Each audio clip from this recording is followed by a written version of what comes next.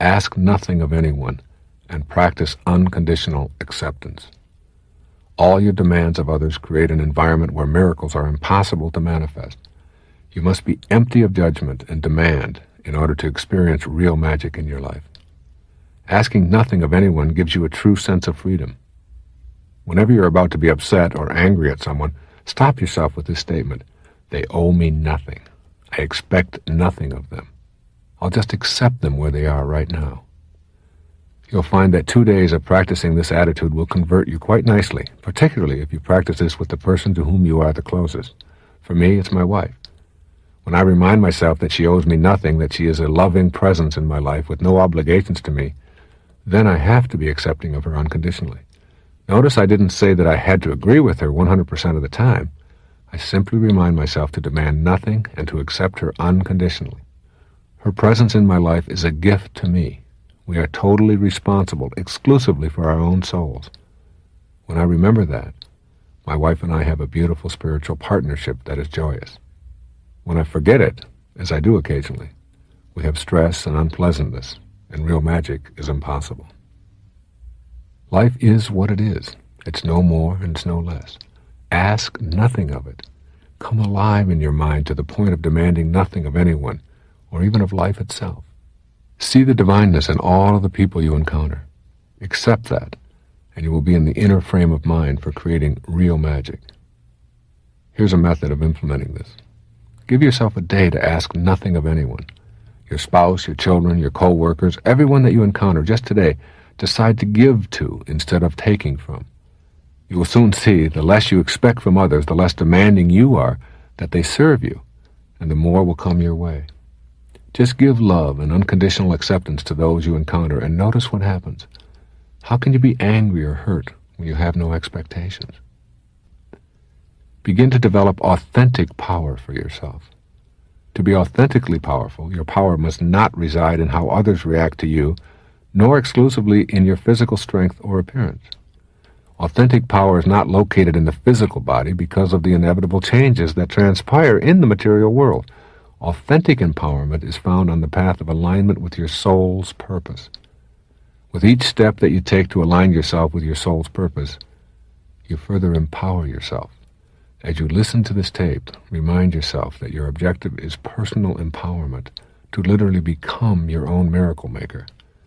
When you become realigned, you will follow your inner signals almost effortlessly. The physical temptations will remain, and occasionally you will allow them to win. But your new spiritual alignment will dominate your life, and a periodic slip will not dislodge your authentic self. Align yourself to the soul. Listen to those inner pleadings to be at ease and on purpose, and you will shift your life over to being an authentically powerful person. It is with this mindset that real magic will become available to you as a life choice. Here's a suggestion for implementing this. Detach yourself for a brief period from the behavior of controlling others through your size or your authority position or your physical appearance or your age or your wealth or anything that's external to yourself. Imagine yourself as just a soul interacting with other souls. Truly treat others as if the fullness of God resided within them and that all manner of physical world attributes are non-existent. Give this a try for a day or two. See how much authentic power you truly possess. All of your physical attributes will someday disintegrate, as does everything in the world of form. Know this, and live today as if it has already happened. I often do this with my little children. I imagine myself without my adult-sized body and all of the power that goes with being grown up. I try to relate to them for a period of time, say on the way to school, as if we were all without bodies and only our thoughts and souls were present in the car. I see how empowering this is to them and to me. I listen to them rather than giving them orders. They see me as a loving guide rather than a big person father who can make them do what I want them to do. Give up your need to control and substitute a kind of unconditional acceptance of those you meet as soulmates, all equal in the eyes of God. You will be surprised at how you will empower others as well as yourself when you shift your inner world away from domination and control to one of unconditional respect and loving harmony. Do you know your past? Do you know where it is? It's only where you think. Do you know that every relationship you have, close your eyes, just close your eyes, just close them. Okay, where's your husband? Where's your wife? Where are your children, your grandchildren? Where's your ex-spouse? They're all in your mind. Open your eyes. Now they're gone. Close your eyes. There they are again. They're just in your mind. You carry your relationships around in your mind. And if your thoughts about your relationships are on what is wrong, what you don't like, what you hate, what they did to you, that will be your experience. And you will materialize or manifest more and more of that pain into your life. If you look at what you love about them and make that the focus of your attention, that will be the nature of your relationship. It's the greatest secret in making any relationship work. It's so simple. Always focus on what you love if you want that to expand in your life. When you look at someone that you're in a relationship with, look at what you love, because what you think about is what expands. I'll be talking about that a little bit later on, about not giving energy to the things you don't want, because what you think about is what expands. And if what you're thinking about what you don't want, then more of what you don't want will just keep showing up. It's the only way it works.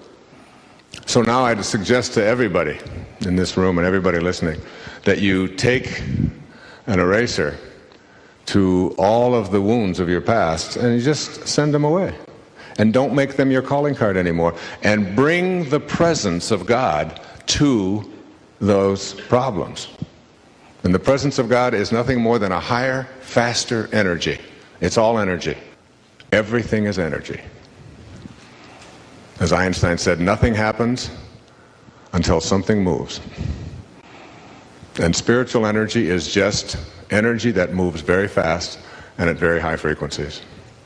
And problematic energy is very slow and very low frequencies. And when high, fast frequencies are put in the face of low, slow energies, they are nullified. They dissipate. They can't survive. There's a song that they sing at a lot of the churches that I speak in. It says, "Surely the presence of God is in this place." It's a great affirmation. Anytime, or the affirmation from A Course in Miracles, I can choose peace rather than this. But surely the presence of God is in this place. Every time that I have a conflict with one of my children or with any place, I just bring that line to bear on what is I am experiencing right now. I just bring that line to bear. Surely the presence. Because there's no place that God is not. As the little child in India in the 7th century, who was an avatar, who was really God in a human form, and everywhere he would go, people would be healed just by being in his presence. Just like St. Francis. He'd be seen in the village, he'd be seen in the valley at the same time. Lights would emanate from his body wherever he would go. And everyone in the village knew that this was a child of God. This was God in their village without the benefit of an ego. This was an egoless being who had shown up in their village. Which is what I believe our great spiritual teachers were. Like there's ways to reach highest levels of consciousness. One of them is to take on an ego and then spend a big hunk of your life seeing if you can shed as much of it as you can. Which has been my path. But there's another one where you just show up and you never take on an ego in the first place. There's only been a handful of those in recorded history. And this little child was one of them. And the elders in the tribe knew that this was God in a human form. And they went up to the little boy and they said to him, trying to bribe him, "I'll give you an orange," they said, "if you can tell me where God is." And the little boy, without hesitating, said, "I'll give you 2 oranges if you can tell me where God isn't." It's one of the very fundamental precepts of this entire program, is that there's only one power in the universe, and that is the power of God. And that whenever we see evil, it's nothing more than love going in the wrong direction, away from its source. And all we have to do is figure out a way to get it to turn around and start returning to its source. Because there's only one power in the universe. And every time we think that we are in something that isn't good, like a problem, like disorder, disharmony, disease, discomfort, what we've done is we've used our mind to create a separation from God. And as long as we are moving away from that source, from that spirit, as long as we're moving opposite of that, those problems continue to manifest. But if we can somehow figure out a way to turn around and move back in that direction, we can eliminate it. Non-erroneous zone people, which I now call NEZ, N-E-Z, are different from the normals in our world. While they look very much like everyone else, if you observe very closely, you'll note distinct qualities, none of which are racial, socioeconomic, or sexual, which disconnects them from so many other people. They do not fit neatly into any role definition, job descriptions, geographic patterns, educational levels, or financial statistics. There's a different quality about them, but the different part is not discernible by scanning the traditional external factors that typify many efforts at classifying people. They may be rich or poor, male or female, black or white, living anywhere, doing just about anything, and yet they are different in that they have no erroneous zones. How can you tell when you run into a NEZ person? Watch them. Listen to them. This is what you'll discover. First, and most obviously, you see a person who likes virtually everything about life. Yep, this is a liker. A person who is comfortable doing just about anything, and one who wastes no time in complaining or wishing that things were otherwise. They are enthusiastic about life, and they want all that they can get out of it. They like picnics, movies, books, sports, concerts, cities, farms, animals, mountains, and just about anything that you can include in your list. They just plain like.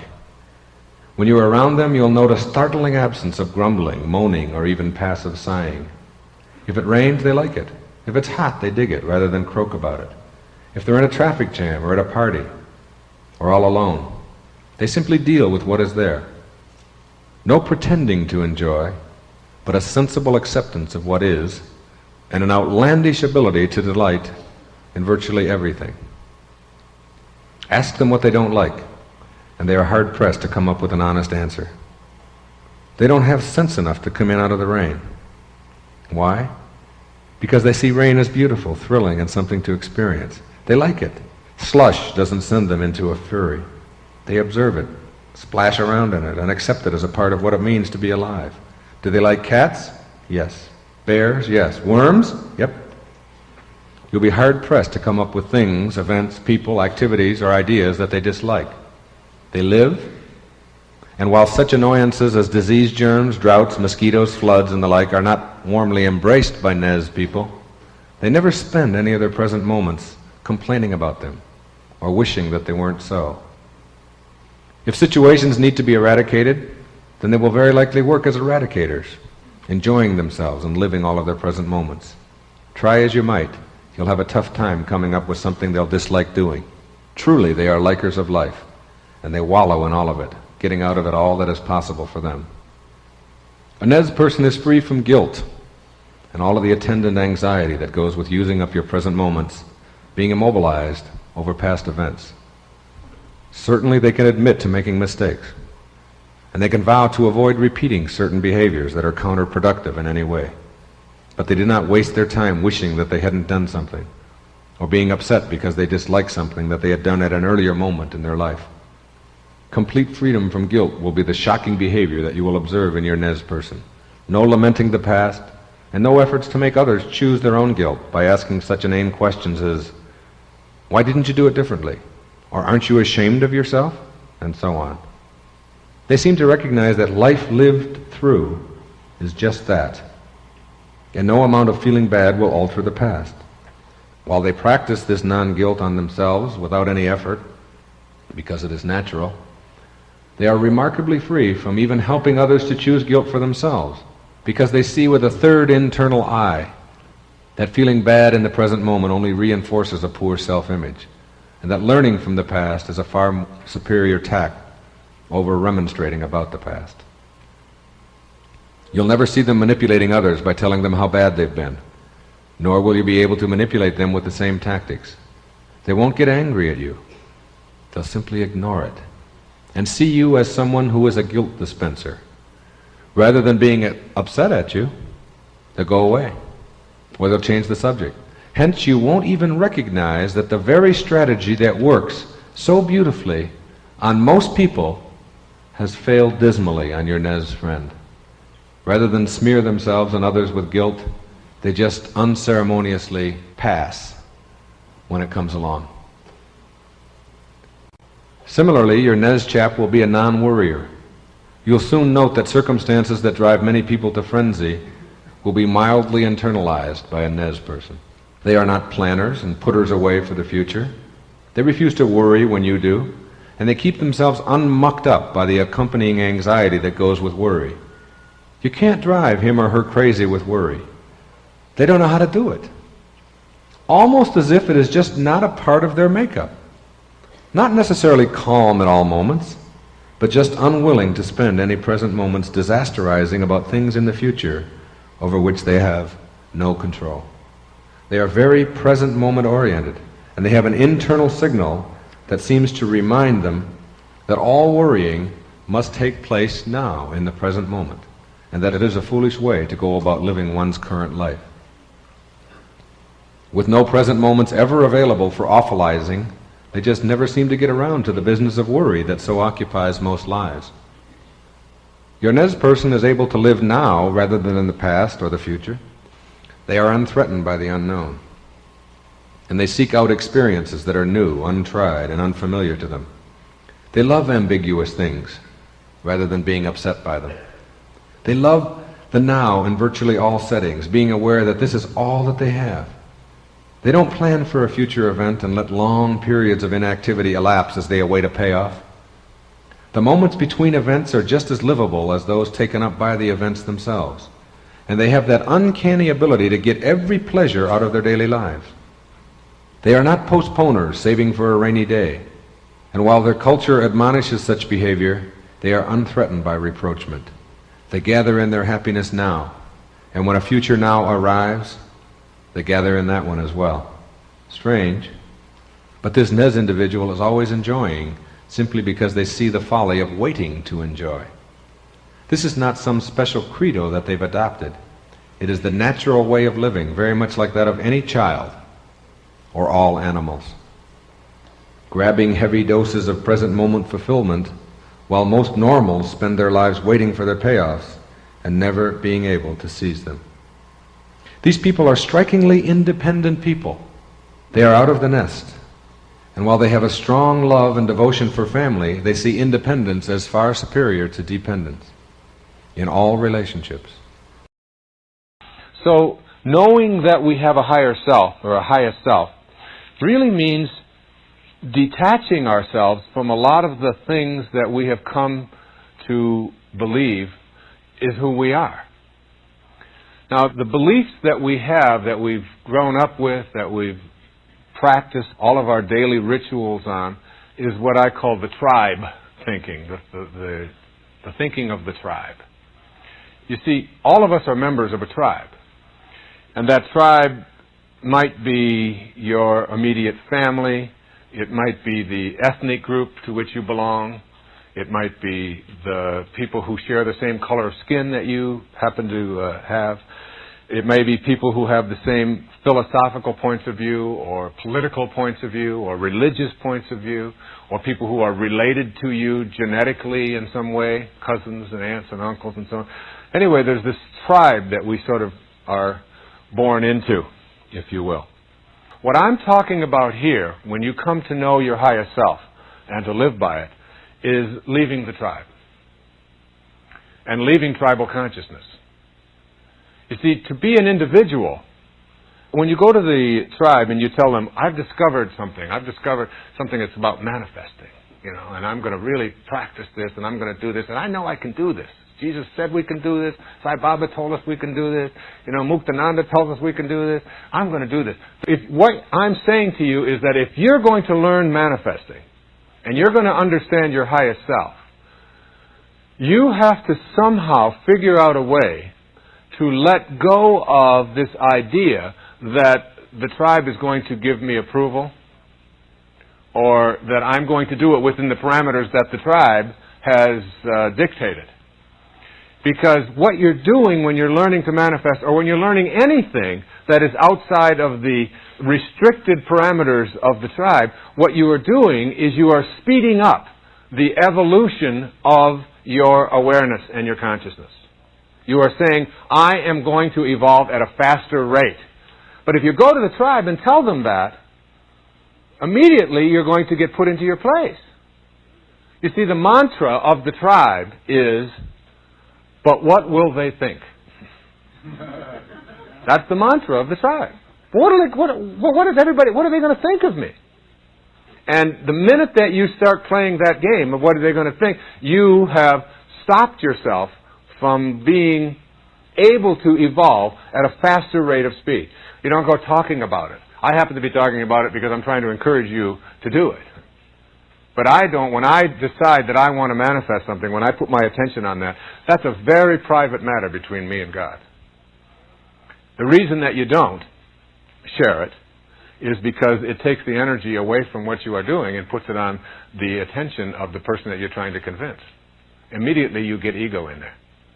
And the minute that you get ego in there, you shut down the energy. You shift. So leaving the tribe and the tribal consciousness is really, what you're saying is, if I'm going to evolve at the speed at which the tribe is evolving, you're saying I'm going to evolve, but I'm going to do it very, very slowly. And if you want to manifest, if you want to really become a manifester in your life, you don't have enough time in this lifetime. You've got to come back in 19 lifetimes. Right? You don't have enough time for that. So it's almost like getting out of that consciousness. When the question was asked of Dr. Maslow, when I asked him this question personally, what does it mean to be self-actualized? He said there are three things that you have to know and understand. One is you have to learn to become independent of the good opinion of other people. That's like at the top of the list. You have to become independent. Self-actualizers are independent of the good opinion of other people. Secondly, self-actualizers are people who have no attachment to the outcome. They are detached from the fruits of their labors.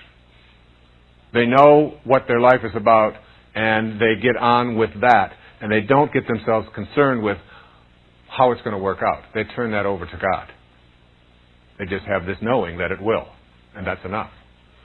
And the third is that they have no investment in power over other people. No investment in power over other people. So they're not really trying to convince anybody else or to subjugate anybody else or to dominate anyone else with their abilities. And these people who have these divine capacities are usually very, very quiet about it. And they will get disapproval and they will acknowledge it. And it's okay. They just move along. They don't allow that to be the focus of what it is that they're going to do in their lives. I can't tell you how many people, but it's up in the hundreds of thousands, that have written to me over the past quarter of a century and told me their difficulties, their struggles, and how if they would have learned one of these three lessons, or all three of these lessons, to be independent of the good opinion of other people, to be detached from the outcome, and to get rid of your investment in the need to have power over other people, how much peace you would have in your life. And that allowing is a great substitute for doing, and trusting, and knowing that when you align yourself in the way that I'm asking you to align yourself here today as I speak to you about meaning, when you align yourself this way and begin to trust in what Lao Tzu called your original nature, and when you understand your original nature and you return to it, basically that's all you're ever doing. Even with all of the medical practitioners that are out there, basically they're really trying to help you to return to your original nature, your nature of well-being. There's not a doctor on this planet that can heal anybody, and they will all tell you that the body is the hero. It is not any medicines or any surgeries or anything out there that is what's doing it.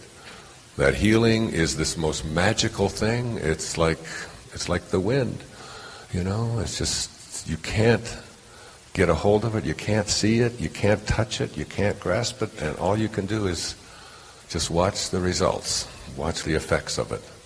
You cut your hand, and it bleeds, and you just watch it. And all of a sudden, things start happening inside of your body, and red blood cells head towards that direction, and white blood cells start doing this, and all kinds of things begin happening, not just there, but in your heart, and in your lymph system, and in your elimination system, and then your neurological system. It all starts working together, and it starts sending things to it, and such a scab forms, and then the scab dries up, and then there's a scar, and then things start. Nobody's done anything. What is there to do? It's part of the magic of allowing, of just getting out of the way and not trying to do too much interfering. Yeah, if there's something in there that you have to take out, you take it out gently, but you don't fill yourself with chemicals and things that the body is going to just have to process and have difficulty with as well. This is from Abraham Heschel in a wonderful book called Man is Not Alone. I loved it. He said, life is not meaningful unless it is serving an end beyond itself, unless it is of value to someone else. That you'll never find meaning through your ego. Life is not meaningful unless it is serving an end beyond itself, unless it is of value to someone else. And secondly, this is from Albert Schweitzer, everyone's hero. The one possible way of giving meaning to your existence is that of raising your natural relation to the world to a spiritual one. In other words, you have to return to spirit if you're going to find meaning. This is from Emmanuel. Our mind doesn't know the way. Our heart has already been there. And our soul never left. Welcome home. Isn't that good? Our mind doesn't know the way, our heart has already been there, and our soul never left. And this is what I wrote. Having arrived home, each breath we take is an expression of our life's purpose. We no longer struggle to win, to gain the approval of others, to meet expectations others had for us, to acquire, to achieve, to hoard, or to fulfill someone else's idea of our dharma. We let go of conflict, certainty, being right, fighting, dominating, vanquishing, and feeling superior. All of this ego stuff loses its power and attraction when we arrive home where meaning and purpose welcome us. We are home. From our home is where we began. You got to know that that's our home. That was our beginning. Ambition, all the way away from our home to take on a false self, a reverse, and all of the signs of coming back, returning home. And now we're home. And this is where meaning begins to be the dominant force in your life. It begins to be the all. And those around you or in your life and those you encounter who would try to take you away from your meaning no longer even become obstacles to you. They become, in the Tao it says, a good man is a bad man's teacher, and a bad man is a good man's job. They become your job. They no longer become someone who annoys you. and finds fault with you, if they do find fault with you, you're immune to it. As Maslow used to say, learn these two things and you're self-actualized. Become independent of the good opinion of other people and detach yourself from outcome. In other words, do what you do because it is your calling.